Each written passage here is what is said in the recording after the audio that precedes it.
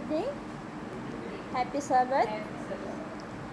परिशुद्धता का धन्यवाद हो कि पूरे सप्ताह भर हम सबों को सुरक्षित रखते हुए इस सबत की शुरुआत में हम परमेश्वर की महिमा के लिए परमेश्वर के भवन में उपस्थित हो पाते हैं।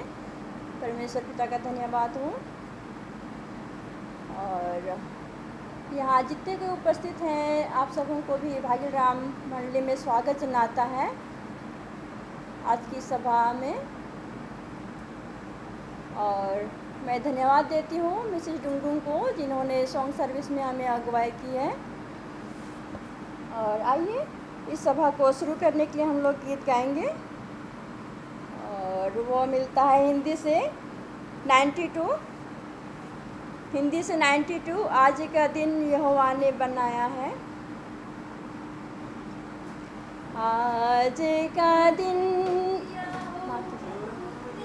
बनाया है हम इसमें आनंदित हो, आनंदित हो।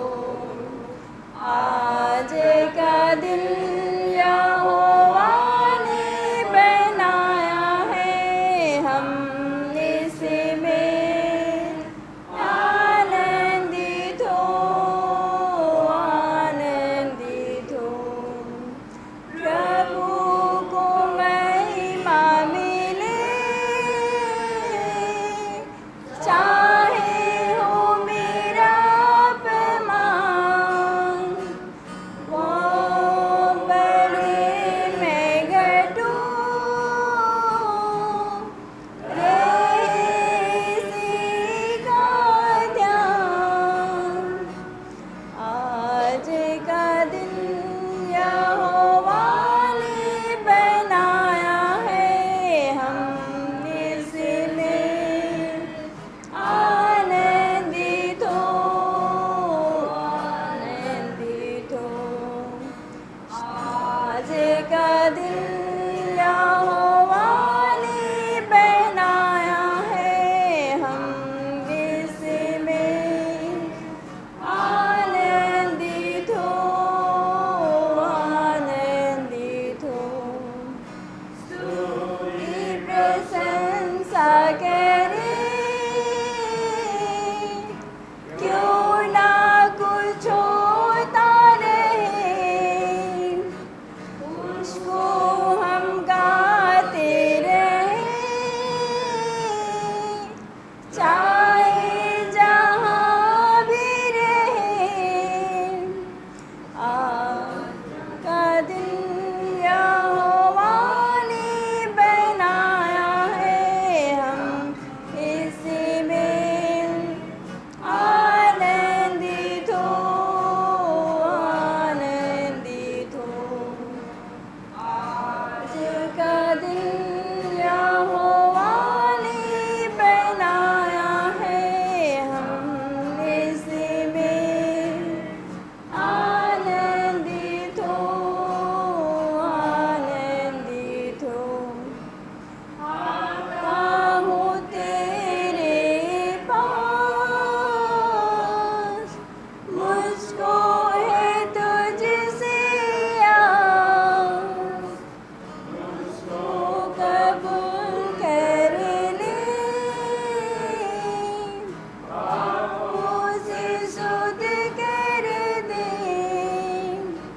आज का दिन यहोवा ने बनाया है हम इसमें आनंदित हो, आनंदित हो। आज का दिन यहोवा ने बनाया है हम इसमें आनंदित हो, आनंदित हो। हम सब सिर झुकाएंगे और प्रार्थना की ओर जाएंगे। हे महान स्वर्गीय पिता, हम धन्यवाद देते हैं प्रभु जी इस सुंदर दिन के लिए और इस सुंदर समय के लिए। आपने हम सबों को संभाले रखा है और हम सब आपके भवन में उपस्थित हुए हैं प्रभु जी। हम सबों के संग साथ रहिए, और जो कोई नहीं आ सके उनके संग साथ भी रहिए। और प्रार्थना करते हैं कि प्रभु जी आज जो भी वचन मैं जो सुनाऊंगी वह आपकी महिमा के लिए हो सके, और जो सुनने वाले श्रोतागण हैं वह सुनकर समझ सके और आपकी आशीषों से परिपूर्ण हो सके।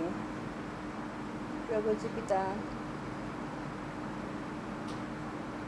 बीते हुए दिनों में आपने हम सबों को संभाले रखा है, और आगे भी संभाले रखिए प्रभु जी। और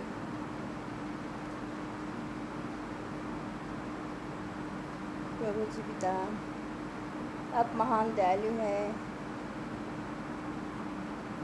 बीते हुए दिनों में हमसे किसी प्रकार की कोई अपराध हो गई हो तो प्रभु जी हमारी अपराधों को क्षमा कीजिए। और प्रभु जी क्या प्रार्थना करें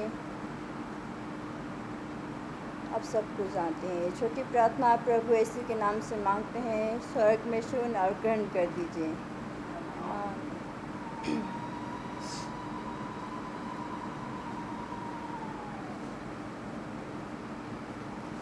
आज जो मैं वचन लेकर आई हूँ वह मिलता है निर्गमन की पुस्तक से। और मैं जो वचन सुनाऊंगी वह मिलता है आपका निर्गमन 3 और 4 अध्याय में। और आज का जो मैं शीर्षक चुनी हूँ वह है मूसा की बुलाहट।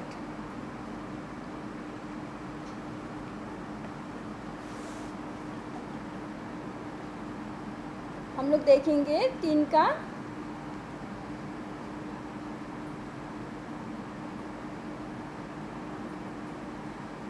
का 2 और यहाँ पूरा 11 तक है। हम लोग पूरा ही देखेंगे।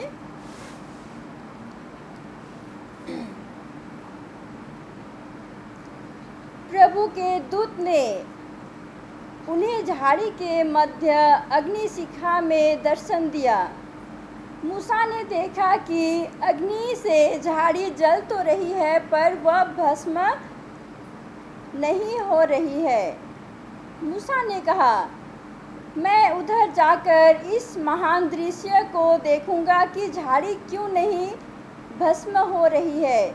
जब प्रभु परमेश्वर ने देखा कि मूसा झाड़ी को देखने के लिए आ रहे हैं, तब उसने झाड़ी के मध्य से मूसा को पुकारा, मूसा मूसा। वह बोले, क्या आज्ञा है? प्रभु ने कहा, निकट मत आ, पैरों से जूते उतार, क्योंकि जिस स्थान पर तू खड़ा है वह पवित्र भूमि है। प्रभु ने फिर कहा, मैं तेरे पिता का परमेश्वर, अब्राहम का परमेश्वर, इसहाक का परमेश्वर और याकूब का परमेश्वर हूँ। मूसा ने अपना मुंह ढक लिया, क्योंकि वह परमेश्वर पर दृष्टि करने से डरते थे। प्रभु ने कहा, मैंने निश्चय ही अपनी प्रजा की जो मिस्र देश में है दुख पीड़ा देखी है। उनसे बेगार कराने वाले के कारण उत्पन्न उनकी दुहाई सुनी है। मैं उनके दुख को जानता हूँ। मैं मिस्र निवासियों के हाथ से उन्हें मुक्त करने के लिए इस देश से निकालकर उन्हें एक अच्छे और विशाल देश में, ऐसे देश में जहाँ दूध और शहद की नदियाँ बहती है, अर्थात कनानी, हित्री, अमोरी, परिजीजी, हिब्री और यबूसी जातियों के देश में ले जाने के लिए उतर आया हूँ। देख, इस्राएलियों की दुहाई मुझ तक पहुंची है। मैंने उस अत्याचार को भी देखा है जो मिस्र के निवासी उन पर कर रहे हैं। अब तू जा, मैं तुझे फरो के पास भेजता हूँ कि तू मेरे लोगों को, इस्राएल के वंशजों को मिस्र से बाहर निकाल लाए। मूसा ने परमेश्वर से कहा, मैं कौन होता हूँ जो फरो के पास जाऊँ और इस्राएलियों को मिस्र देश से बाहर निकाल लाऊँ।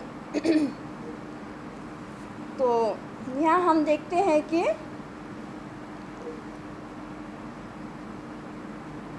इस्राएली लोग जो मिस्र में गुलाम हैं उनके बारे में, और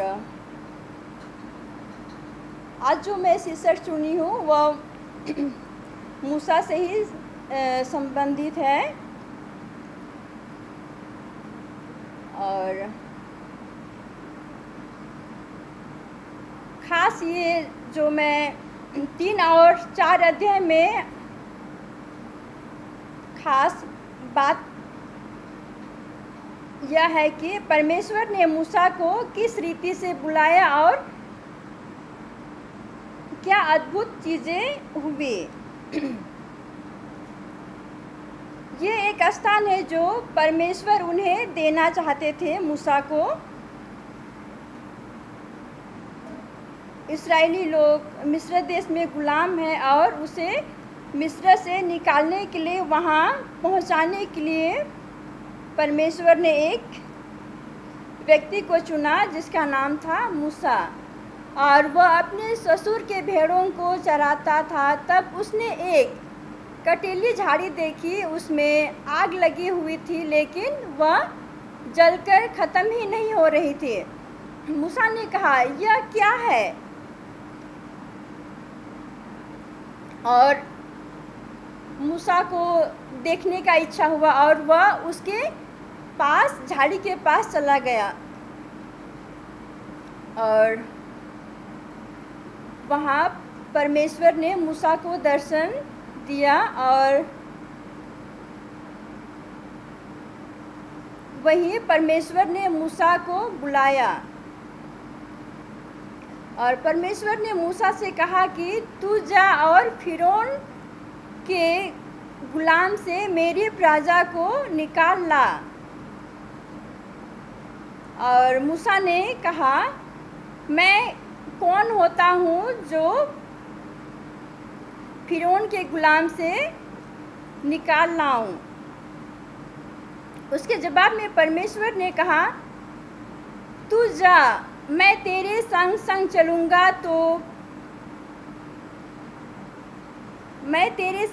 चलूँगा। तो परमेश्वर अब ये बता रहा है कि जा तो तू रहा है, लेकिन तेरे पीछे कौन चल रहा है? तेरा परमेश्वर। उसके बाद परमेश्वर ने मूसा को बताने लगा कि उसे क्या क्या करना होगा। और अब यहाँ हम देखेंगे 4 अध्याय में। मूसा ने उत्तर दिया, पर देख, वे मुझ पर विश्वास नहीं करेंगे, वे मेरी बात नहीं सुनेंगे, क्योंकि वे कहेंगे प्रभु ने तुझे दर्शन नहीं दिया। प्रभु ने मूसा से कहा, तेरे हाथ में यह क्या है? उन्होंने उत्तर दिया, लाठी। प्रभु ने कहा, इसे भूमि पर फेंक दे। मूसा ने उसे भूमि पर फेंका तो वह सर्प बन गई। मूसा उसके सम्मुख से हट गया।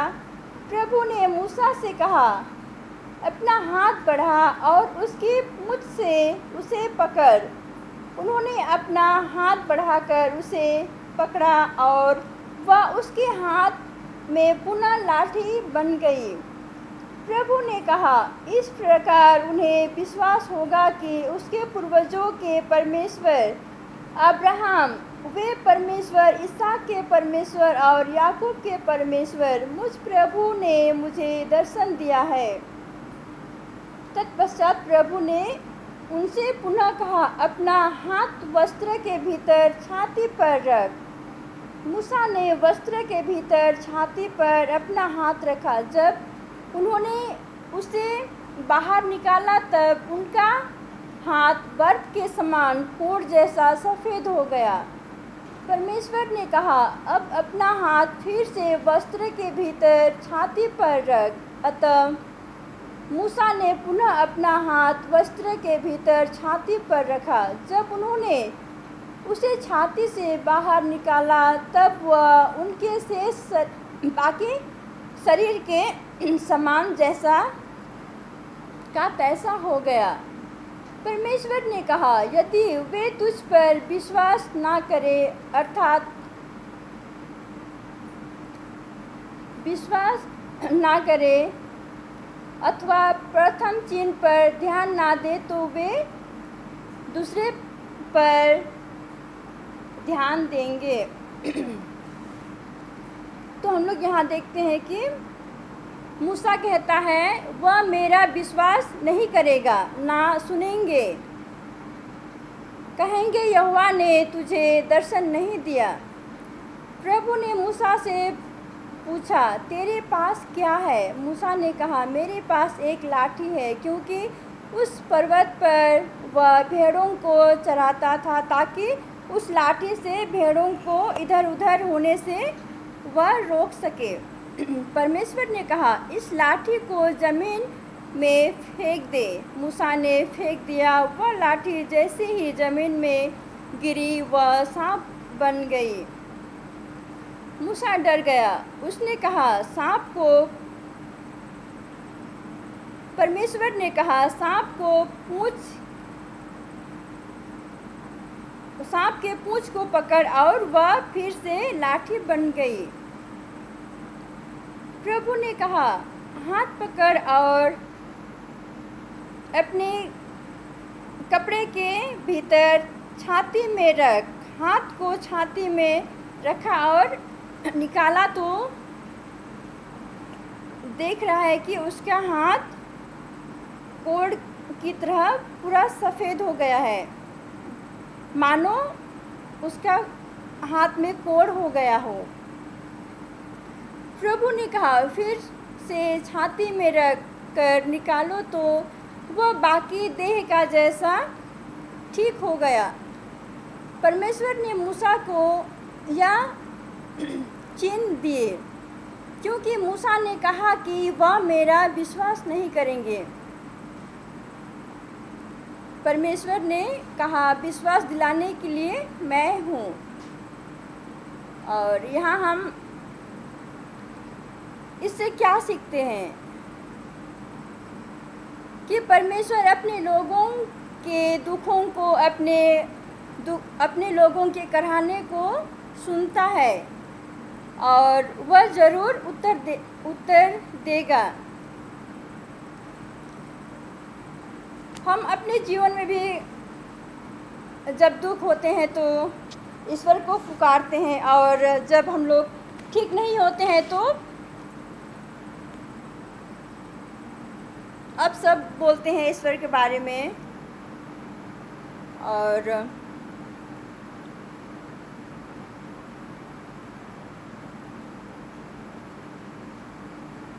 प्रभु, कब तक हमारे जीवन में दुख आते रहेंगे? कब तक तू जवाब नहीं देगा?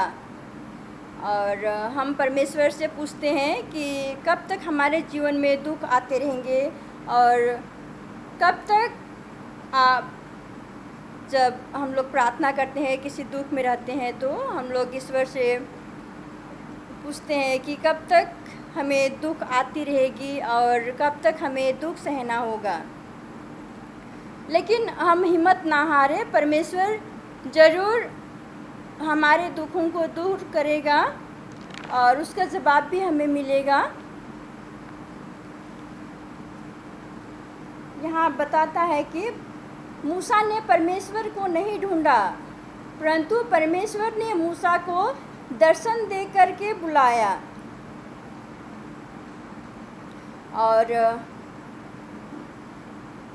हर एक भविष्यवक्ता को परमेश्वर बुलाता है, और यही बुलाहट है कि परमेश्वर की सेवकाई में हमारी मदद करेगा। जब परमेश्वर ने मूसा को बुलाया तो मूसा योग्य नहीं था, मूसा कुछ भी नहीं था, कोई बड़ा व्यक्ति नहीं था। वह अपने ससुर के भेड़ों को चराने वाला एक चरवाहा था और उस समय वह उसके लिए कुछ खास नहीं था। और हम याद रखें कि हम खुद में भी कमज़ोर ना सोचें, प्रार्थना में विश्वास रखें और दृढ़ बने रहें। जिसको परमेश्वर बुलाता है और उनको परमेश्वर पहले से भी तैयार करता है। आमीन।